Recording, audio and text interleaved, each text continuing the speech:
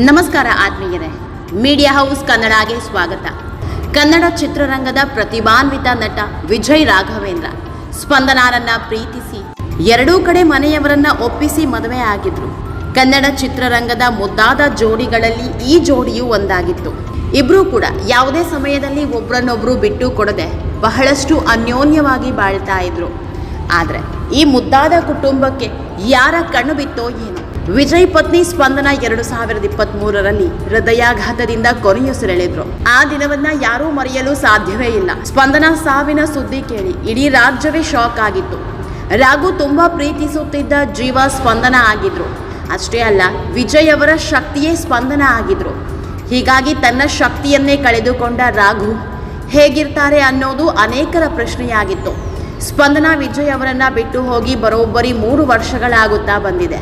ಆದರೂ ಕೂಡ ವಿಜಯ್ ರಾಘವೇಂದ್ರ ಪತ್ನಿ ನೆನಪಲ್ಲೇ ದಿನ ಕಳೀತಾ ಇದ್ದಾರೆ.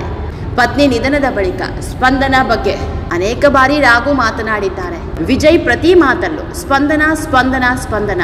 ಹೀಗಿರುವಾಗ ಇದೀಗ ವಿಜಯ್ ಚಿಲ್ಲಿಂಗ್ ವಿತ್ ಜಿಲಿಂಬಿ ಎಂಬ ಯೂಟ್ಯೂಬ್ ಚಾನೆಲ್ನಲ್ಲಿ ಮೊದಲ ಬಾರಿಗೆ ತುಳುವಿನಲ್ಲಿ ಸಂದರ್ಶನ ನೀಡಿದ್ದಾರೆ. ಮಂಗಳೂರಿನ ಅಳಿಯ ಅಂದ ಮೇಲೆ ತುಳು ಬರಲೇಬೇಕಲ್ವಾ? ಹಾಗಾಗಿ ವಿಜಯ್ ಕೂಡ ತುಂಬಾ ಚೆನ್ನಾಗಿ ತುಳು ಭಾಷೆಯನ್ನ ಇಷ್ಟಪಟ್ಟು ಮಾತನಾಡ್ತಾರೆ. ಇದೀಗ ವಿಜಯ್ ಈ ಚಾನೆಲ್ನಲ್ಲಿ ಅನೇಕ ವಿಚಾರ ಹಂಚಿಕೊಂಡಿದ್ದಾರೆ. ಪತ್ನಿ ಸಾಯೋ ಕೊನೆ ದಿನ ಏನಾಯ್ತು ಅನ್ನೋದನ್ನ ಬಿಚ್ಚಿಟ್ಟಿದ್ದಾರೆ. ಇದೆಲ್ಲದ್ರ ಬಗ್ಗೆ ಇವತ್ತಿನ ವಿಡಿಯೋದಲ್ಲಿ ಹೇಳ್ತಾ ಹೋಗ್ತೀವಿ. ಅದಕ್ಕೂ ಮೊದಲು ನೀವಿನ್ನೂ ನಮ್ಮ ಚಾನೆಲ್ನ ಸಬ್ಸ್ಕ್ರೈಬ್ ಮಾಡಿಲ್ಲ ಅಂದರೆ ಮಿಸ್ ಮಾಡಬೇಡಿ, ಈಗಲೇ ಸಬ್ಸ್ಕ್ರೈಬ್ ಮಾಡಿ. ಈ ವಿಡಿಯೋನ ಕೊನೆವರೆಗೂ ನೋಡಿ, ನಿಮ್ಮ ಅನಿಸಿಕೆಗಳನ್ನು ಕಾಮೆಂಟ್ ಮಾಡಿ. ಆತ್ಮೀಯರೇ, ಹಲವಾರು ವಿಚಾರಗಳ ಬಗ್ಗೆ ಮಾತನಾಡಿರೋ ಚಿನ್ನಾರಿ ಮೊತ್ತ ಪತ್ನಿ ಸ್ಪಂದನ ಅವರನ್ನ ನೆನೆದು ಕಣ್ಣೀರಿಟ್ಟಿದ್ದಾರೆ. ನಾನು ಸ್ಪಂದನಾರನ್ನ ತುಂಬ ಮಿಸ್ ಮಾಡ್ಕೊಳ್ತಾ ಇದ್ದೀನಿ, ಆದರೆ ಯಾವತ್ತೂ ಅವಳ ಆಬ್ಸೆನ್ಸ್ ಫೀಲ್ ಆಗಿಲ್ಲ. ಪ್ರತಿದಿನ ನನ್ನ ಜೊತೆ ಇರ್ತಾಳೆ ಅಂತ ಹೇಳ್ತಾ ವಿಜಯ್ ಕಣ್ಣೀರಿಟ್ಟಿದ್ದಾರೆ. ಜೊತೆಗೆ ರಾಘು ಪ್ರತಿದಿನ ಶೂಟಿಂಗ್ಗೆ ಹೋದಾಗ ಸ್ಪಂದನ ಅವರನ್ನ ತಬ್ಬಿಕೊಂಡು ಹೋಗಿ ಬರ್ತೀನಿ ಅನ್ನೋದು ವಾಡಿಕೆ ಆಗಿತ್ತಂತೆ. ಆದರೆ ಒಂದು ದಿನ ಮರೆತು ಹಾಗೆ ಹೋಗಿದ್ರಂತೆ. ಆ ಟೈಮ್ನಲ್ಲಿ ಸ್ಪಂದನ ಸಿಟ್ಟಾಗಿ ಕಾಲ್ ಮಾಡಿ ನೀವು ತುಂಬ ಬದಲಾಗಿದ್ದೀರಿ ಅಂತ ಹೇಳಿದ್ರಂತೆ. ಈ ನೆನಪುಗಳನ್ನು ಮರುಕಳಿಸುತ್ತಾ ವಿಜಯ್ ಕಣ್ಣೀರು ಸುರಿಸಿದ್ದಾರೆ. ಹಾಗೆ ನಾನು ಎಲ್ಲೇ ಹೋದರೂ ಸ್ಪಂದನಾಗೆ ಮೆಸೇಜ್ ಮಾಡಿ ಅಪ್ಡೇಟ್ ಕೊಡ್ತಾ ಇದ್ದೆ. ಶೂಟಿಂಗ್ಗೆ ಹೋದ ಟೈಮ್ನಲ್ಲೂ ಕೂಡ ಏನೇ ಮಾಡಿದ್ರು ಏನೇ ಆದರೂ ಅದನ್ನು ಕಾಲ್ ಮಾಡಿ ಹೇಳ್ತಾ ಇದ್ದೆ. ಆದರೆ ಈಗ ಸ್ಪಂದನ ನಮ್ಮ ಜೊತೆ ಇಲ್ಲ ಅಂತ ಹೇಳ್ತಾ ವಿಜಯ್ ಭಾವುಕರಾಗಿದ್ದಾರೆ. ಇನ್ನು ಪತ್ನಿ ನಿಧನದ ಬಳಿಕ ವಿಜಯ್ ರಾಘವೇಂದ್ರ ಅವರ 2ನೇ ಮದುವೆ ಬಗ್ಗೆ ಆಗಾಗ ಚರ್ಚೆ ನಡೆದಿದೆ. ಆದರೆ ಯಾವುದೇ ವಿಚಾರ ಬಂದರೂ ವಿಜಯ್ ಮಾತ್ರ ಈ ಬಗ್ಗೆ ಮೌನವಾಗೇ ಇದ್ದಾರೆ. ಇದೀಗ ಈ ಬಗ್ಗೆಯೂ ವಿಜಯ್ ಮಾತನಾಡಿದ್ದಾರೆ. ನನಗೆ ಯಾವತ್ತೂ ಈ ರೀತಿಯ ಯೋಚನೆ ಬಂದಿಲ್ಲ ಅಂತ ವಿಜಯ್ ಹೇಳಿದ್ದಾರೆ. ಅಷ್ಟೇ ಅಲ್ಲ, ಇದೆಲ್ಲದರ ಮಧ್ಯೆ ಅಚ್ಚರಿಯ ವಿಷಯವೊಂದನ್ನು ಮೊದಲ ಬಾರಿಗೆ ಹಂಚಿಕೊಂಡಿದ್ದಾರೆ.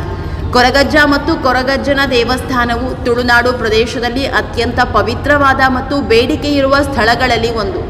ದಕ್ಷಿಣದಿಂದ ಉತ್ತರದವರೆಗೆ ಕೊರಗಜ್ಜನನ್ನ ನಾನಾ ಹೆಸರುಗಳಿಂದ ಕರೆಯಲಾಗುತ್ತದೆ. ಮಂಗಳೂರು ಸೇರಿದಂತೆ ದಕ್ಷಿಣದ ಹಲವು ಭಾಗಗಳಲ್ಲಿ ಇವರನ್ನ ಕೊರಗಜ್ಜ ಅಂತ ಕರೆಯುತ್ತಾರೆ. ತುಳುನಾಡಿನಾದ್ಯಂತ ಹೆಚ್ಚು ಪೂಜಿಸುವ ದೈವ ಅಂದರೆ ಕೊರಗಜ್ಜ.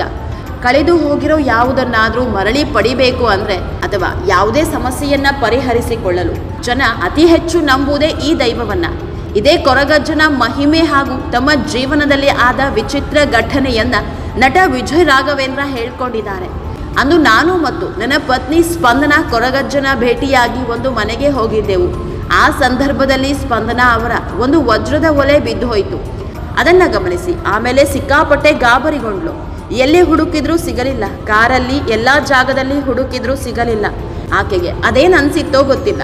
ಕೊರಗಜ್ಜನನ್ನ ನೆನಪಿಸಿಕೊಂಡು ಒಂದು ಕ್ಷಣ ಕೊರಗಜ್ಜ ನನ್ನ ಒಲೆ ವಾಪಸ್ ಕೊಡಿಸು ಅಂತ ಬೇಡಿಕೊಳ್ತಾರೆ.